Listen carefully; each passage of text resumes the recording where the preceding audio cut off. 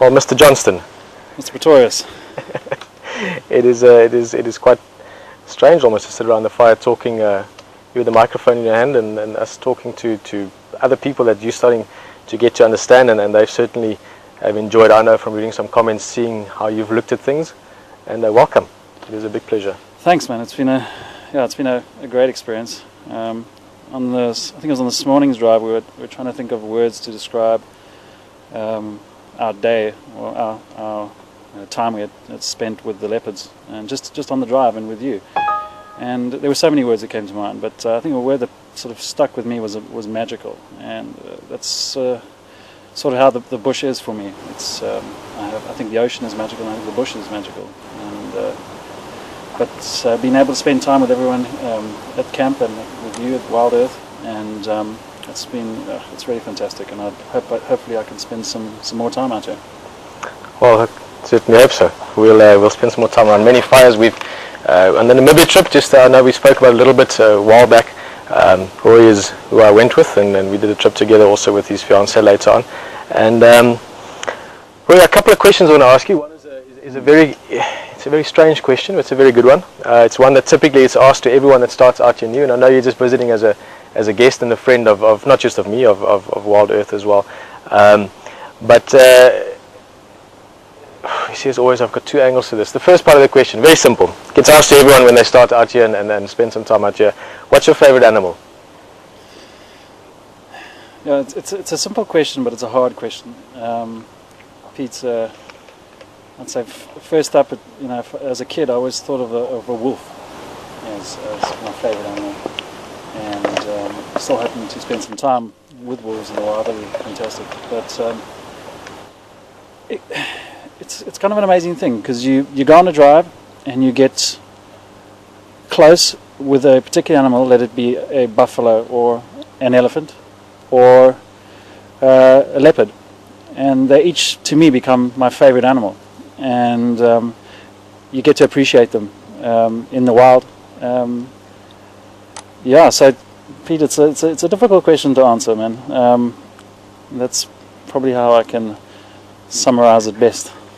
It's a question I like asking, because in the beginning it's a question that got asked a few times of me. I also find it difficult because, again, as many as you know, I quite often go, this is one of my favorite animals, one of my favorite trees, or one of my favorite birds, and it really is the case. Without being funny and not evading the question, it really is just a case of all these amazing things out here. Humans, I think, ultimately, if I had to be honest, one of my favorite animals. They're fascinating to watch and observe, and I, luckily enough, happen to be one, so I can even introspectively figure out a little bit more about the species, but that's something we're starting to talk about now and again. On the same trend, Roy, the second part I was thinking of, and maybe just to bring us to an end for the evening as well, slowly, the leopards have been a huge highlight. We've had a lot of things happen. I mean, I can't even remember all the things we saw over the last couple of months. It has been phenomenal. It's been dry, it's winter, that's the way it goes, and we've seen some great things, and it will be as great and even better over the next while.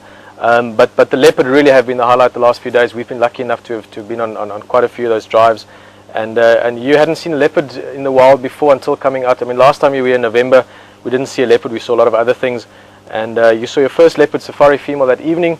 You've now seen both her granddaughters. You've seen you didn't see Karula. You missed that. You saw deer from the FCC, I think, when Alex was on drive. No, I think I think it was the first that we spotted the kill, and then it was of course. Sorry, yesterday. Yeah. Days get mixed up. Which is so you've seen three generations of leopard. Just a quick impression of the last couple of drives. You were looking at it from the camera side, and I'm talking too much. You know what I mean? Yeah, it was difficult to actually concentrate on what is my job as the cameraman, because it was just very overwhelming. We were very lucky to be witnessing what we were witnessing, and sometimes I would forget I was actually behind the camera, and hopefully that didn't show too much. But I looked up occasionally just to sort of take it all in, and but I think, sure, to try and pinpoint the exact moment which was amazing there, it's very difficult as well. As I say, we were lucky enough to spend so much time with them. Never seeing a leopard in the wild. I've watched National Geographic Wild, and longed to see a leopard. And as Pete says, I was lucky enough to see 3 generations. very special. Feeling very blessed, and thanks to Wild Earth that I've had this opportunity to come and visit Pete, meet everyone here at Wild Earth, and thank you to everyone here for making me feel so at home here. And hopefully next time I come back I'll be able to experience something as amazing. So thanks very much, Pete. And it was pleasure, bro. As you know, amazing. It's been a pleasure having you around in many capacities, both just to sit around a fire and talk a little bit, but also just with having your influence around camp and just running around and doing things and being actively involved is always nice. And again, I'm going to do this quite a few times. I've realized this has sort of become normal now around the fire. There's all these things to think about, but I think for the moment we should say good night. Rex and Bompimpan, like you said, just see him there in the back. You going to find Bomfo? Okay, cool. Rex is on his way. Good night, Rex. Thanks, Bomfo. See you tomorrow. Yeah, we're going to say good night. Thank you very much for joining us around the fire. Thank you for spending time with us at Wild Earth, as you do on drive and during the day and the evening, and also those of you that stay up late at night and see things late at night, our night. Of course, for you it's not that late sometimes. But it really has been phenomenal. And like I said, without going on too much and starting to bore you and myself maybe, it has been a phenomenal personal journey for me the last couple of months. You've played a very big role in that, as have my friends and people that are close to me around here, and as has Leishan. And yeah, I just want to thank you for that. I'll probably do that again still many times in future. But it has been an incredible journey so far, and I wrote something down today that I don't even think we're understanding what we're doing yet. And I don't just mean us at Wild Earth, I mean us, everyone that is aware of what we're doing.